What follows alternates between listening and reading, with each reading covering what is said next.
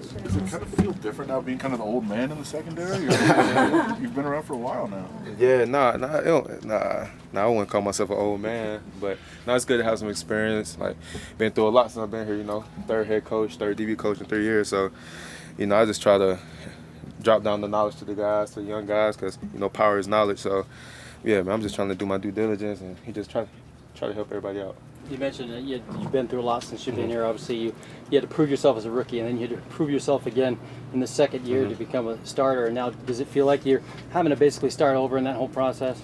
Yeah, not for sure. But I feel like there's no other way that you'll want it. You know what I'm saying? You don't want nobody just give you anything. Like, I'm here to work, and I just got to show the coaches, like who I am, who I know I can be, and just go out there and just continue to compete. It's early in the process, but how are you feeling so far as just picking up everything and being healthy as well? Yeah, no, it feels amazing, man. Like I haven't had like both my shoulders since college, So like, man, I go out there during games knowing that my shoulders gonna pop out. Like probably last season, my shoulder probably popped out like 5 times because I had like a torn labrum, Like a lot of people don't know that, but I was just thugging it out, They'll put it back in, go back in or whatever. But it feels good to have it back right. Now it's just kind of, it's time to keep taking that next step. Jakorian, speaking of that next step, you were, amongst the league leaders of pass breakups before your injury. Did you feel like you were about to break out, and is this the breakout season, so to speak, then? Yeah, man, I was feeling good, like going into last year. Just felt confident, felt like, when you get that experience, it's like everything just kind of slows down. And, I had a lot of group of guys that, believed in me. And so, this year I'm try to do the same thing, keep my head down, just keep working. What do you think of Darian, the rookie Darian Porter? What are you seeing from him and his upside? Oh, yeah, no. He's going to be a good player. He's a quiet guy, but you see a lot of upside with him, lanky, fast. And so, he's going to be good for us. Ultimately, when is your decision? I'm assuming you had surgery to repair that torn labrum.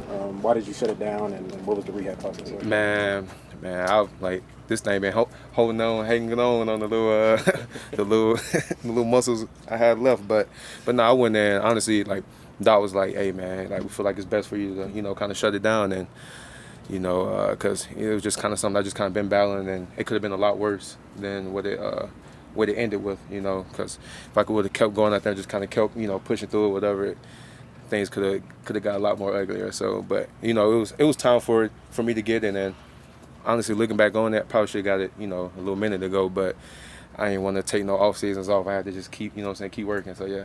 Now that it's done, how much more confidence do you have in it now? It's going to hold up, hopefully. Oh, yeah. Nah, I have a lot of confidence in it. I was confident even when it was messed up, like going out there covering people. So, it is what it is. When I go out there, like when I'm on that field, I don't really think about nothing.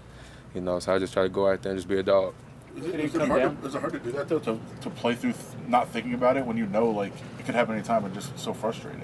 Nah, like, when you out there, you're not 100%, but that's how you got to think, because if you go out there thinking, like, dang, I'm hurt, like, you're not going to play, like, how you should. But, were there times where, if you do this, like, it's going to most likely pop out? Yeah, I did have those thoughts for sure, but it is what it is. Why we play the game, injury's part of the game, and so, I do anything for them guys in there. So yeah.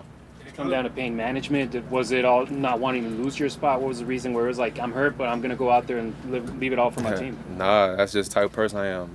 Like, man, we've just from those times in July, August in training camp, just kind of building that bond. Like, you see a lot of guys going through a lot of things, just playing through a lot of things, and I so haven't kind of been playing through a lot of it, and so. It's just, I don't know, it's just a mentality, man. Like, if it's the difference between being injured and hurt.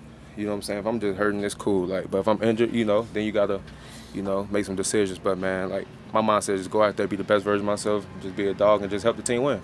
Considering his track record of success with dealing with DBs, and he spends a lot of time with you guys as position group, Pete Carroll, what are some things you feel like you've learned from him so far in just terms of being a better corner, and how do you think he can affect that room just as a head coach? Yeah, man, he's all about just getting the ball, and that's why I low-key want to kind of implement in my game, because I know, like you said, had a lot of breakups or whatever, but if I could turn those breakups to picks, I can really help change the game. And so he's really all about just getting the ball back. It's all about the ball. That's what we preach each and every day. So him instilling that confidence in us, it means a lot, and it's go you know, it's go translate to the field. What's that secondary room like, and what's that competition like amongst you guys? Nah, it's a lot of competition. Like, yeah, it's a lot of competition, but that's what's gonna make everybody better. You know, like got Stokes, D-Cam, DP, Caillou, Sam, all them boys. You know what I'm saying? Like everybody's good. Everybody's nice. So it makes you have to go out here when you're on the practice field to just give it all you got and just leave it out on the field. D-Cam had to go into action last year. Got a lot of reps. How important was that for his just growth as an NFL player? Nah, it's a lot. Like you know, what helped me was experience. You know, so him going out there in that fire, like, and he handled it well. You know, like, and I was always in his corner. If you need anything, you know, I'm there for him because I know how it is being a rookie out there, and you know, it's just you like a deer in the headlights sometimes. You know what I'm saying? But nah, he handled it well though.